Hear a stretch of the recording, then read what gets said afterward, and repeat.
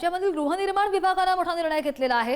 राज्याच्या नव्या गृहनिर्माण धोरणाला मंत्रिमंडळाने मंजुरी दिलेली आहे आणि 5 वर्षांमध्ये 35 लाख घरे बांधण्याचं नियोजन राज्य सरकारचे 70,000 कोटींचं नवं गृहनिर्माण धोरण आहे। प्रत्येक नागरिकाला 2035 पूर्वी शाश्वत, सुरक्षित आणि पर्यावरण स्नेही घर मिळावं याचं नियोजन या धोरणामध्ये करण्यात आलंय आणि त्यासाठी झोपडपट्टी पुनर्विकास आणि नवीन गृहनिर्माण प्रकल्पांना प्राधान्य सुद्धा दिलं जाणार आहे आणि यासाठी जवळजवळ 70,000 कोटींची गुंतवणूक सुद्धा केली जाणार आहे। महाआवास फंड 20,000 कोटींवर नेण्याचं लक्ष्य सुद्धा आहे।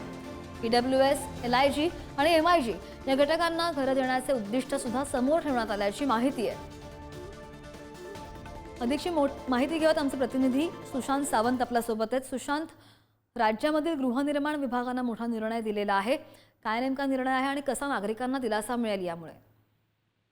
आपण जर बघितलं असेल तर मागील काही वर्षापासून राज्यात एक नवीन गृहनिर्माण धोरण जे आहे ते अंमलात आणावं या संदर्भात चर्चा सुरू होती। आजच्या राज्य मंत्रिमंडळाच्या बैठकीत राज्याच्या नव्या गृहनिर्माण धोरणाला मंजुरी जी आहे ती मिळाल्याची माहिती आपल्याला खात्रीलायक सूत्रांकडून दिली। या धोरणामुळे काय फायदा होणार तर 5 वर्षात 35 लाख घरं बांधण्याचं नियोजन या धोरणामध्ये करण्यात आलंय। राज्य सरकारचे 70,000 कोटींचे नवे हे गृहनिर्माण असणार आहे।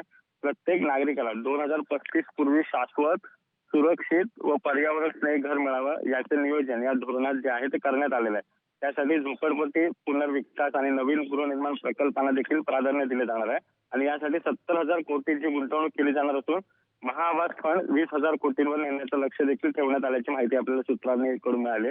त्याचसोबत ईडब्ल्यूएस, LIG आणि MIG या घटकांना घरं देण्याचं उद्दिष्ट समोर ठेवण्यात आल्याचं कळतंय।